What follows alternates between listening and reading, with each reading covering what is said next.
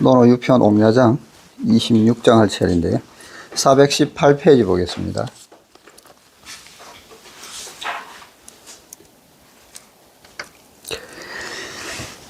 자견 남자, 자로 불렬, 부자 시지왈, 여 소부자, 천염지, 천염지.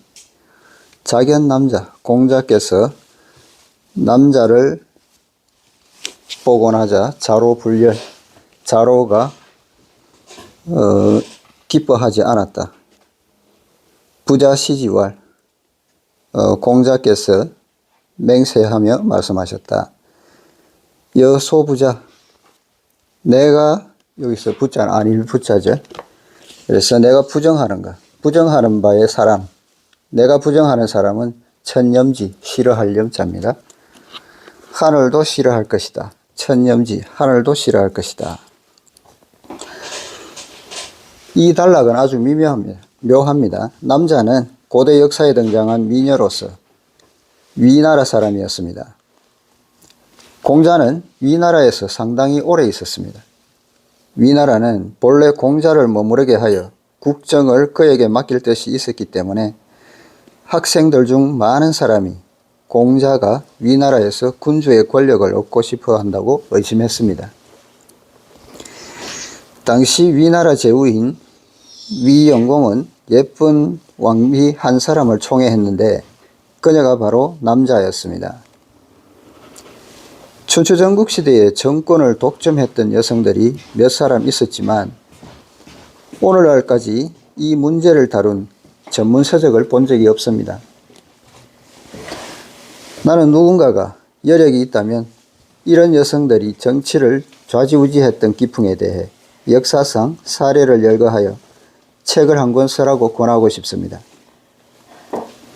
국내나 외국의 역사상 정치와 관계 있는 여성은 아주 많아서 거의 어떠한 정권이든 여성과 무관하지 않았습니다. 우리가 알다시피 영국에서 섹스 스캔들이 터져나오는가 하면 또 백악관에서 성추문이 터져나와 전 세계 신문들이 그토록 시끄럽게 떠들어대는데 나는 그런 기사를 읽고 아주 재미있게 느낍니다. 한 학생이 왜 재미있게 느끼세요 하고 묻기에 나는 이게 무슨 별난 일이냐, 신문이 떠들어대는 것은 별개의 문제다 하고 대답했습니다. 동서고금의 어떠한 정권도 여성과의 문제가 발생하지 않았던 정권은 거의 없었습니다. 그 여성들 중 어떤 이들은 좋은 여성들이었는가 하면 어떤 이들은 나쁜 여성들로서 사회 전체와 모두 관계가 있었지만 안타깝게도 고대에는 남성 우월주의였기 때문에 역사는 그 방면의 기록을 별로 남기지 않았을 뿐입니다.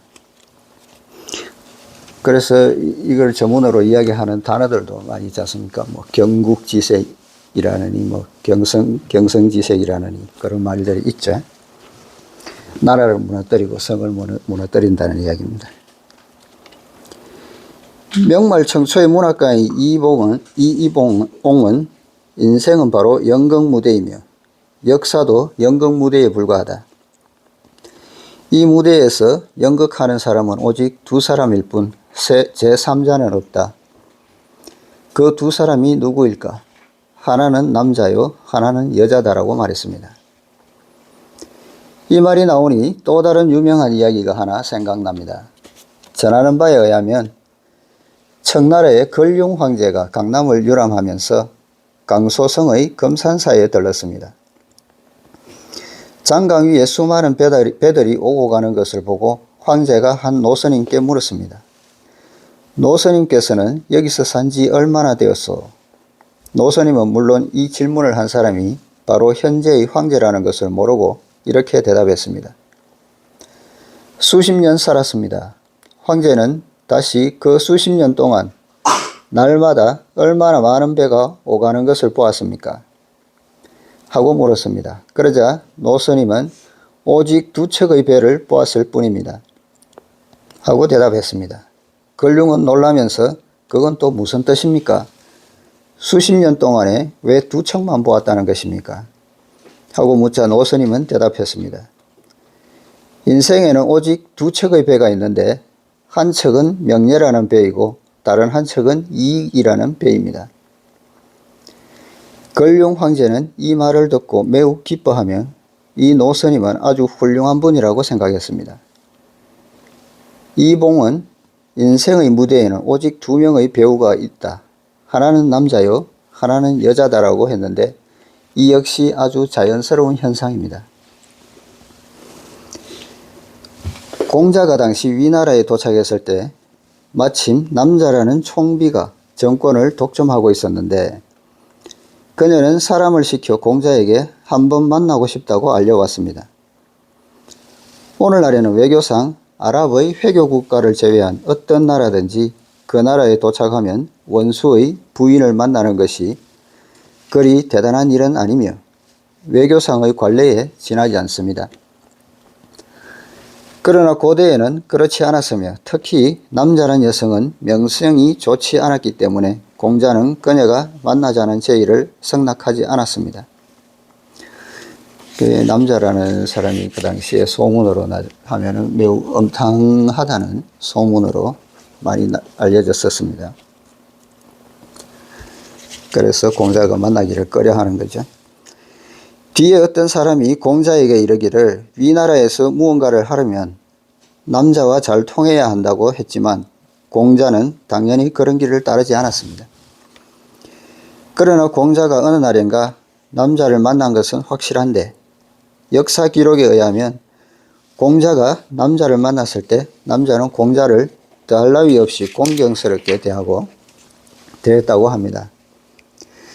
당시 남녀가 서로 만날 때는 그 사이에 주렴을 걸어 놓았는데 남자가 국가의 대례복을 입고 주렴 안쪽에서 공자에게 무릎을 꿇고 절하며 공자를 매우 존경하는 태도로 대했다는 것도 사실입니다. 지금 논어에는 공자가 남자를 만났다고 기록되어 있습니다. 그것을 알고 학생 가운데 성격이 가장 괄괄한 자로가 불쾌한 나머지 공자를 난감하게 하는 태도로 몰아붙였던 것입니다. 그래서 공자 제자 중에 자로가 어릴 때부터 무예를 익혔기 때문에 그 성격이 또 협격적인 기질도 있고 해가지고 성격이 직설적이라는 거죠. 그런 성격 때문에 말로가 좋지 않았던 것도 사실이지만요. 그래서 소문이 별로 안 좋은 그 남자를 공자께서 만났다고 하니까 기뻐하지 않았던 거겠죠. 옛 사람들의 해석에 의하면 이때 공자는 자로에게 맹세하여 말하기를 너는 나를 의심하지 말아라. 내가 남에게 부끄러운 일을 했다면 하늘이 천둥을 쳐서 죽일 것이다. 하늘이 천둥을 쳐서 죽일 것이다 라고 했다는 것입니다. 만일 이러한 해석이 맞다면 한번 생각해 보십시오. 고려적부터 우리가 내세워왔던 성인이란 분이 너무나 엉망이 되어버리지 않습니까? 공자가 남자를 만났을 때 법도에서 벗어난 행동이 있었을까요? 불가능한 일입니다. 남자가 비록 사회적 명성이 좋지 않았지만 공자는 그녀를 깔보지 않았으며 어쨌든 그녀는 위나라 임금의 부인으로서 한사코 자기를 만나자고 했으니 그녀를 만난 것도 도리상 당연한 일이었습니다. 공자는 특히 예를 중시했는데 남자를 만나 무슨 예에서 벗어난 일이 있었겠습니까? 자로라는 학생이 공자가 남자를 만나고 온 데 대해 얼굴을 찌푸려 보이자 공자는 교장도 이제 그만하고 사직하겠다고 생각했습니다. 학생들의 심한 위협을 받고 학생들 앞에서 하늘이여 천둥을 쳐서 나를 죽이십시오. 천둥을 쳐서 나를 죽이십시오 하고 맹세까지 했다는 것입니다. 이런 해석이 어디 있습니까? 이는 후인들이 공자의 모습을 완전히 잘못 빚은 것입니다. 그래서 집주에서도 내가 남자를 만나서 무슨 부정확한 행동이 있었다고 한다면 하늘도 나를 싫어할 것이다 라는 것으로 뜻으로 해석을 했습니다. 집주에서는. 남해근 선생의 그 관점과 조금 다르죠. 그래서 공가점이 타도된 것도 일리가 있습니다. 모두 그 점원들이 멋대로 한 탓입니다. 자기 사장을 그렇게 괴상한 모습으로 빚어 놓았으니 말입니다. 어떤 이들은 지금도 여전히 공자의 상을 그런 식으로 고지식하게 빚고 있습니다. 공자가 어디 이랬겠습니까? 공자의 태도는 본래 대단히 활기차고도 느긋했습니다. 공자가 남자를 만난 것은 사실입니다. 자로가 그리 기뻐하지 않은 것도 사실이며 공자가 맹세한 것도 확실합니다. 시지는 엄중한 것인데 공자는 어떤 맹세를 한 것일까요? 여기 시지가 시자가 화살 시자인데 여기서는 맹세하다는 뜻으로 쓰인 겁니다. 문제는 그 아래 구절인 여소부자에 있습니다. 공자는 자로에게 너희들의 견해는 옳지 않다고 말했습니다. 이 점은 반드시 주의해야 합니다. 옛사람이 말하기를 만사가 끝내 어찌 될지 그 누가 알리. 인생에서 가장 두려운 것은 뜬 소문이여라. 만사수지 구경, 인생 최파시 유언이라고 하였고, 또 무사람들의 입은 쇠를 녹이고 쌓인 헐뜯음은 뼈를 녹인다. 중고삭금, 적회소골이라고 했는데 여기서 회자 다음에 쇠자로 되어 있는데요. 이거는 녹일 소자입니다. 녹일 소자의 잘못입니다.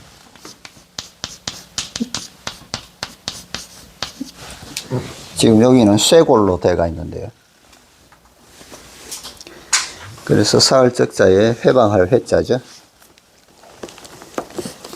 그래서 사인 헐뜯음은 녹일소, 뼈를 녹인다. 앞에 삭금은, 요 삭자는 이제 녹일 삭자입니다. 요것도 녹일 삭자인데요. 금을 녹인다는 거죠. 무사람들이 한마디를 이야기를 하면은 쇠도 녹인다는 이야기입니다. 이는 바로 남의 말이 두렵다는 것입니다. 또 그 누가 내 등 뒤에서 내 말 하지 않을까? 나는 또 누구 앞에서 남의 말 하지 않을까? 수인 배후 무인설, 낙의 인전 불설인이라는 말이 있듯이 우리는 인정세태에 통달해서 어떤 일에 있어서나 마찬가지 자기 마음에 물어 부끄러운 바가 없어야 합니다. 그래서 수인 배후 무인설, 낙의 인전 불설인, 이거는 이제 한마디로 하자면은 나도 다른 사람의 입방아에 오르내릴 수 있고 나도 다른 사람을 면전에서 말을 할 수 있다는 거죠. 나쁜 말도 할 수 있다는 이야기입니다. 그래서 소문의 무서움을 이야기했는데요. 그 소문의 무서움을 이야기할 때 우리가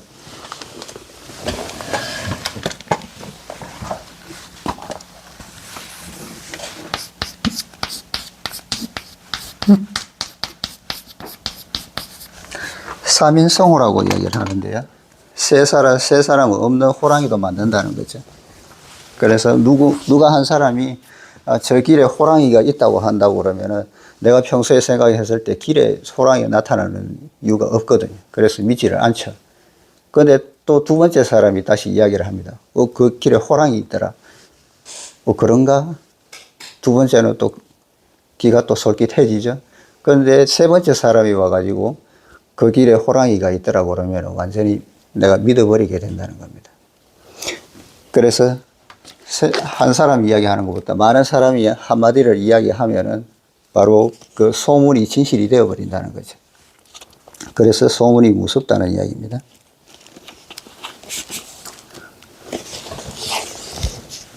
그래서 그런 소문을 믿지 않으려고 그러면은 지금 여기서도 나왔지만 자기 마음에 물어 부끄러운 바가 없어야 한다고 이야기를 하죠.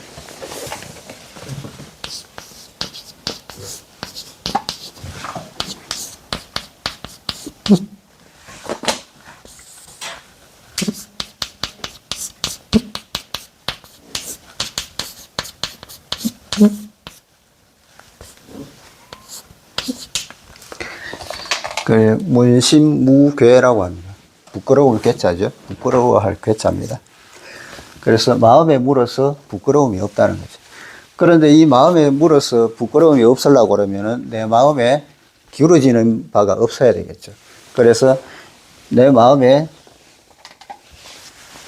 바로 서는 한 가지 중심 사상이 있어야 된다는 이야기입니다. 그래서 사람 된 도리에 맞느냐 틀리느냐에 따라서 그 마음에 내가 사람 된 도리를 갖추고 있다고 그러면은 거기에 물어서 바르면은 행동하는 거고, 바르지 못하다면은 안 믿는 거고, 그런 거죠. 그래 다른 사람이 좋은 말을 하거나 나쁜 말을 하거나 거기에 혹해가지고 이 사람은 좋은 사람, 저 사람은 나쁜 사람, 이게 아니라 그 사람의 행동을 봤을 때 내 마음의 중심에서 벗어나지 않으면은 그 사람은 바른 사람이 되는 겁니다. 나한테서. 그런데 내 마음이 삐뚤어져 있다면은 그게 맞춰가지고 문신무게 한다고 그러면은 내가 본래 안 좋은 마음을 가지고 있었는데 그 사람이 내 마음에 맞다고 그러면 그 사람이 내한테는 좋은 사람이 되지 않겠습니까? 그러면은 다른 사람한테 해로운 사람이 되는 거죠. 그래서 내 마음에 중심이 서 있어야 된다는 이야기입니다. 그래서 마음에 물어서 부끄러운 바가 없어야 한다. 그래서 소문을 믿고 안 믿고는 내 마음에 물어야 한다는 이야기입니다.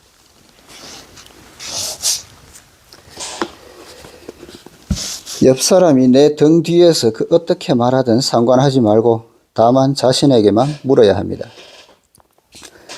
그래서 공자가 위에서 말한 것은 다음과 같은 뜻입니다. 너희들의 견해는 나의 견해와 다르다.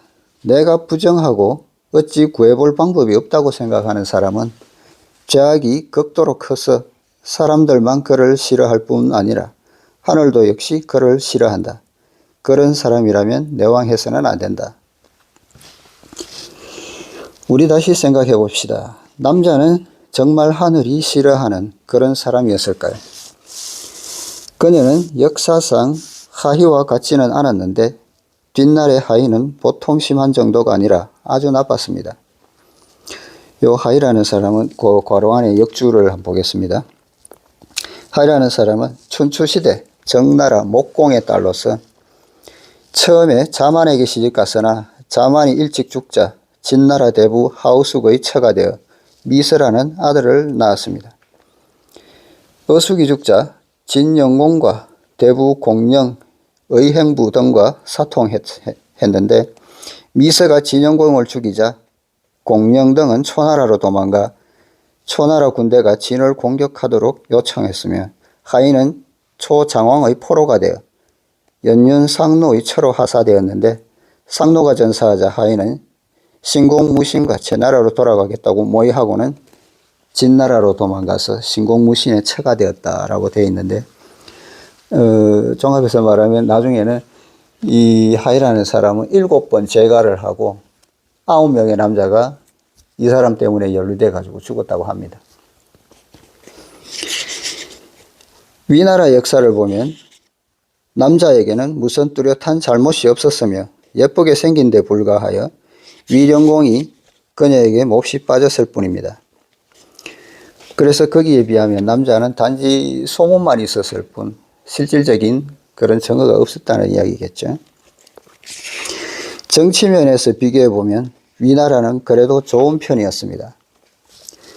또한 공자가 여러 제후국을 이리저리 떠돌아다닐 때도 위나라에 가장 오래 있었습니다. 위나라 임금도 공자를 보호하였고 남자도 역시 공자를 보호하였으며 위나라의 대신이나 거백옥 같은 사람들도 공자를 보호하였습니다. 공자가 여기에서 말한 것은 다음과 같은 뜻일 뿐입니다. 너희들은 남이 함부로 하는 말을 듣고 그대로 믿지 말아라. 헛소문은 지혜로운 자에게서 그친다. 요원 지어지자라고 했죠. 요자는 이제 노래 요자인데요. 소문이라는 뜻도 있습니다. 헐뜯다는 뜻도 있고요. 그래서 요원은 소문이죠. 소문은 지자에게서 멈춘다. 총명하고 지혜 있는 사람은 듣자마자 그 말이 참인지 거짓인지 안다. 내가 옳지 않다고 생각하는 것은 너희들의 견해와는 다르다. 만일 참으로 죄악이 극도로 큰 사람이라면 하늘의 뜻도 그를 버릴 것인데 하물며 사람이겠느냐. 너희들이 남자에 대해 이렇게 못마땅해 할 필요가 없다. 옛날의 해석대로 어린애가 무엇을 몰래 훔쳐먹고 어른이 때릴까 두려워하는 모습으로 공자를 그려서는 절대 안 됩니다. 이런 일이 어떻게 있을 수 있겠습니까? 이는 고리타분한 학자들의 견해일 뿐입니다. 이어서 공자는 다음과 같이 말합니다. 이런 것을 보더라도 논어는 내용이 일관되고 구성이 대단히 좋다는 것을 알 수 있습니다. 남자의 이야기를 한 후 바로 공자의 말 한마디를 넣어두었습니다. 자왈 중용지 위덕이야 기지의호 민선구이. 자왈 공자께서 말씀하셨다. 중용지 위덕이야.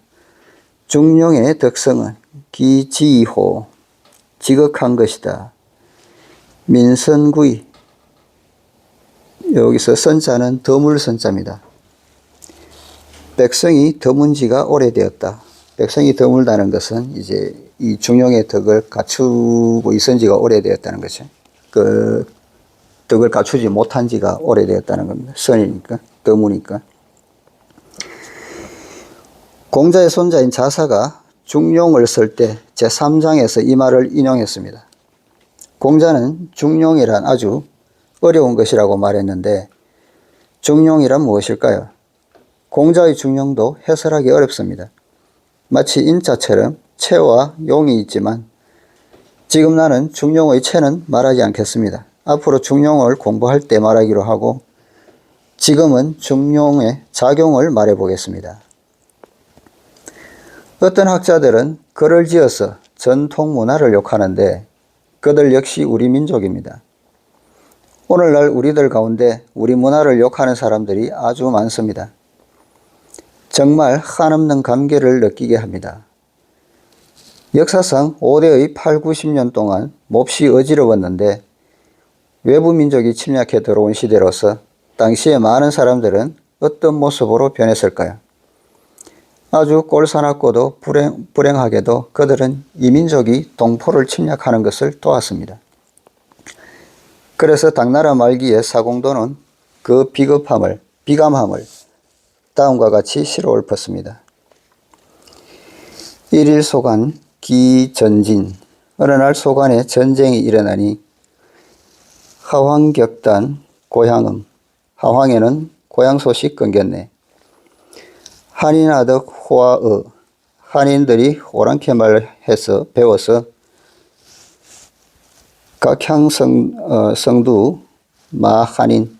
오히려 성을 향해 한인을 욕하네. 요게 글자가 조금 틀린 부분이 있는데요.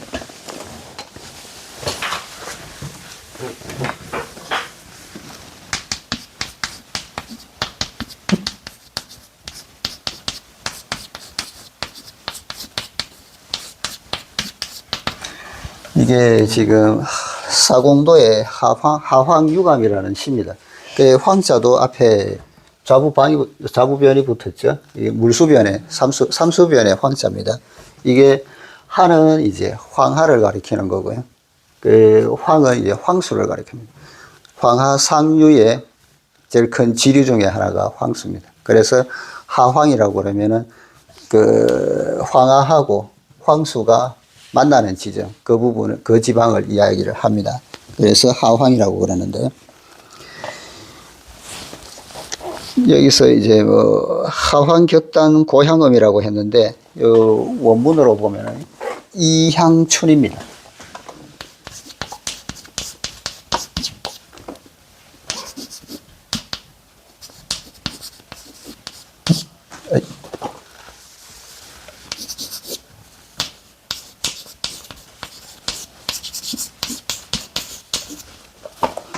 이역당의 봄이라는 뜻이죠.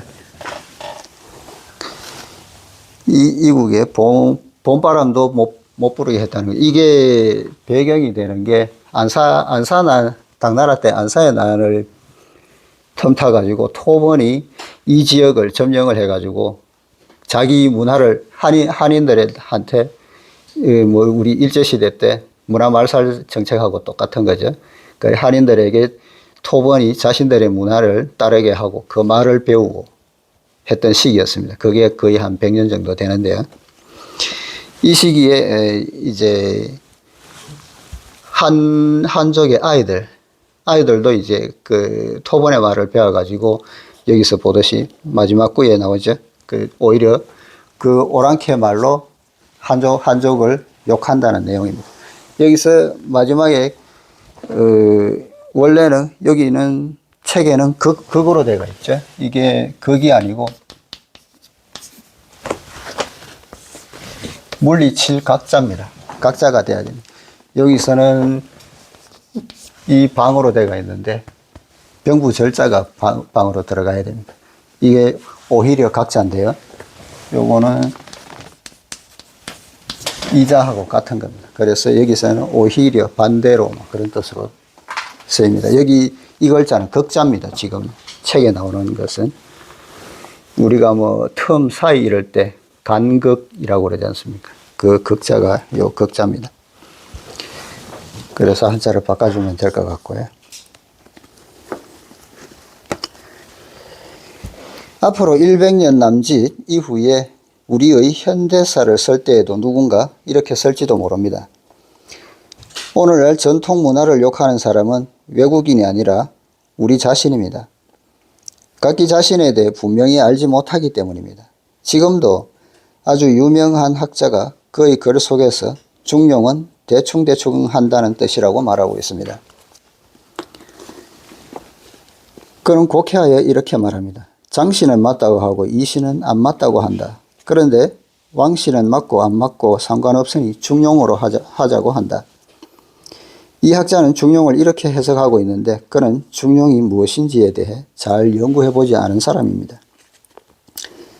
나는 중화할 수 있는 것이 중용의 작용이라고 생각합니다. 역경의 이치에 의하면 천하의 모든 사물과 사람은 언제 어디서나 변하고 있으며 매 초마다 변하고 있어 불변하는 것은 없습니다.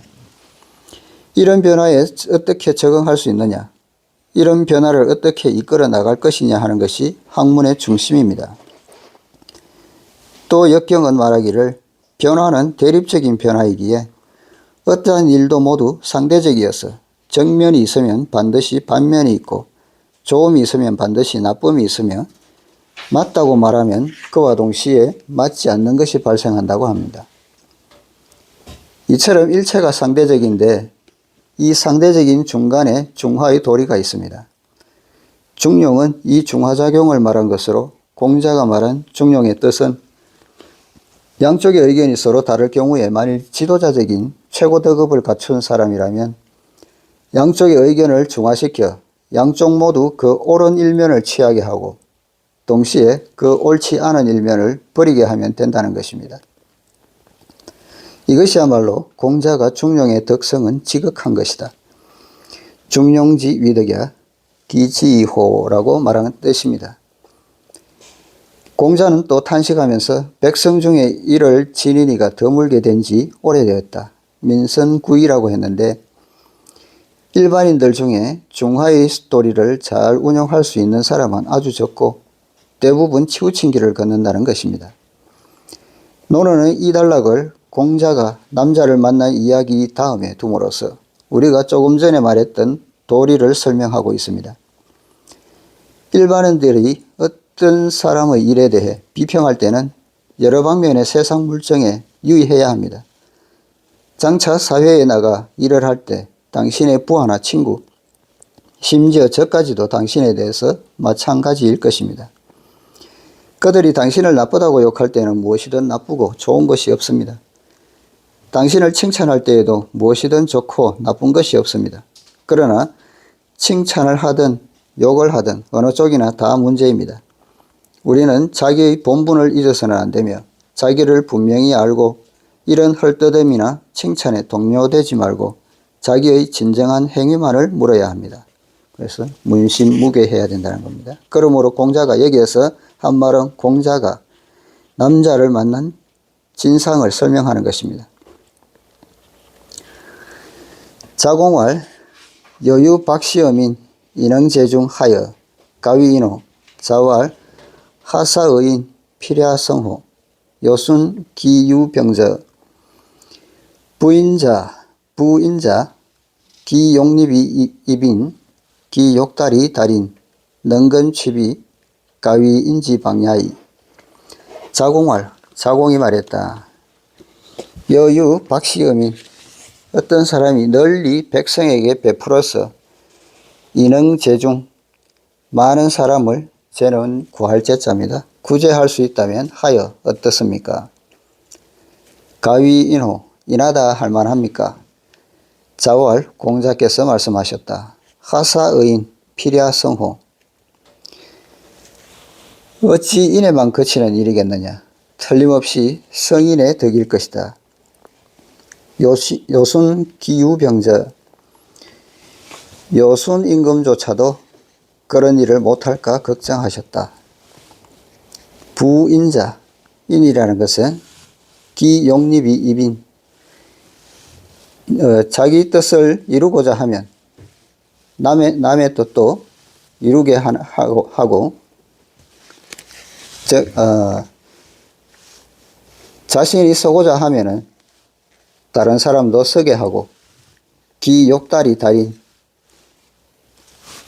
자신이 이루고자 한다면은 다른 사람들도 이루게 한다. 능건취비 가까운 것에서 취하여 능히 여기서 비자는 비유하다는 뜻인데 여기서는 알아차린다, 깨우친다는 뜻으로 쓰였습니다. 그래서 가까운 것을 취하여 능히 이해할 수 있다면은 가위인지 방야이 바로 인의 실천 방향이라 할 수 있다. 자공이 여기서 제기한 문제는 적확하고 요령이 있으며 공자의 중심 사상에 요점을 찔렀습니다. 자공은 공자에게 가령 어떤 사람이 널리 베풀어 많은 사람을 구제하고 전체 백성을 위해 복지사업을 도모한다면 어떻겠습니까? 하고 물었습니다.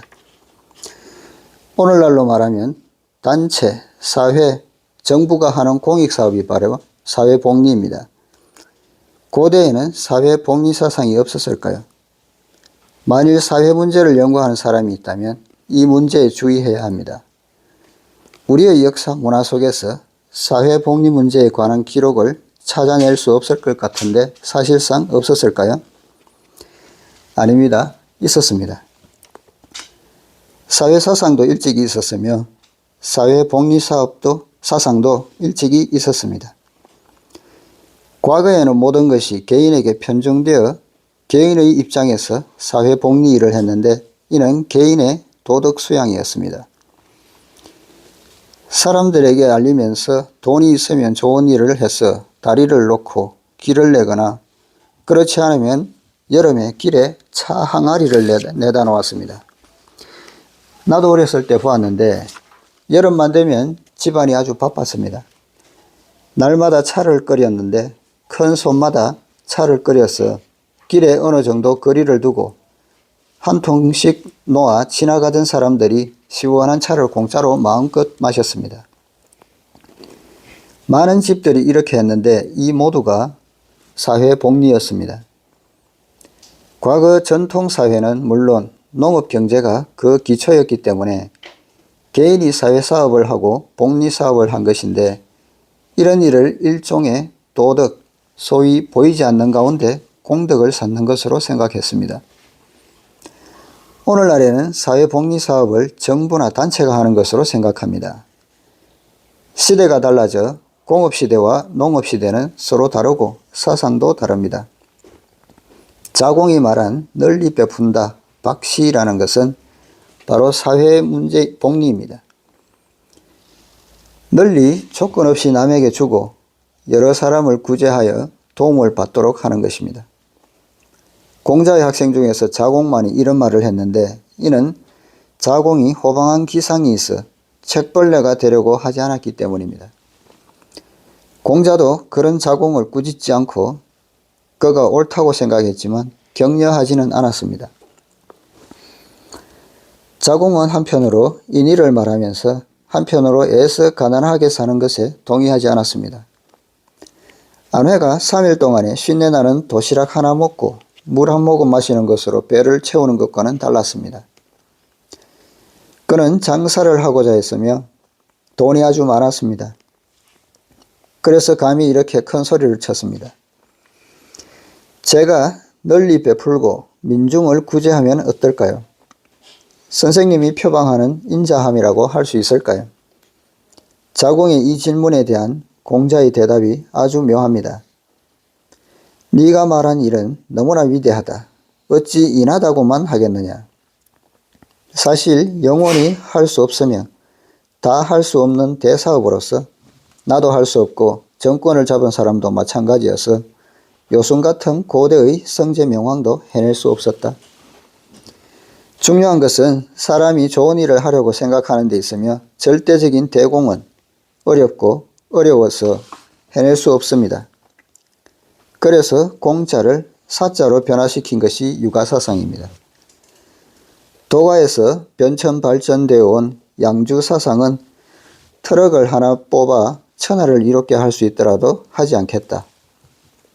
발일모이 일이 천하의 불이야 라고 했습니다. 발은 뽑을 발자죠.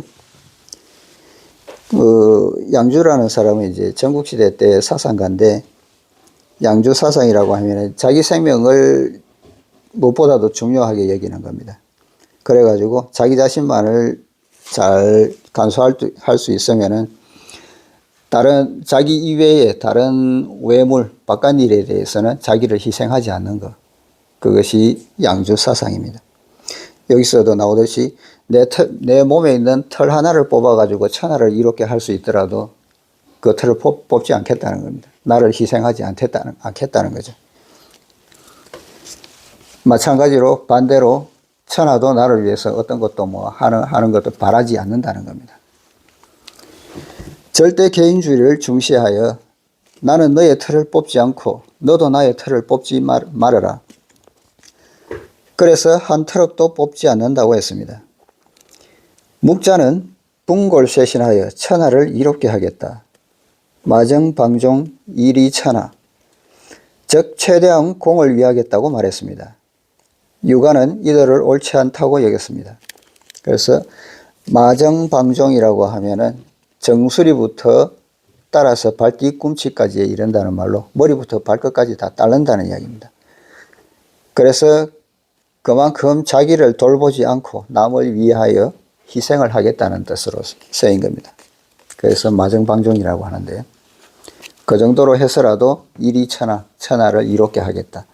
그 양주사상하고 묵자하고는 완전히 정반대의 극단에서 극단에 이르는 거죠. 유가는 사사로움을 적당히 유보하고 천천히 공으로 확충해야 한다고 말했습니다. 삼민주의는 유가의 이 사상으로부터 온 것임을 우리 모두 유의해야 합니다.